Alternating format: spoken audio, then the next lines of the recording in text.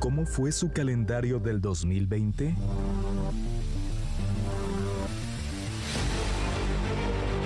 Sus días estuvieron llenos de enfermedades, vicios, crisis, desempleo, miseria, peleas y separación.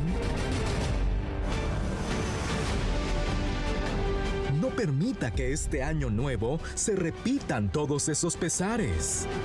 Y tenga la certeza que este 2021 será diferente. Adquiera el calendario de Dios en la reunión de la bendición del Año Nuevo. Jueves 31 de diciembre estaremos clamando para que el milagro de la hora acontezca en su vida. Pues así está escrito: probadme ahora en esto.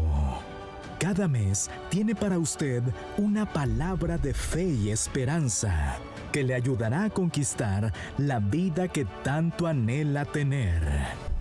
2021, el año de la bendición.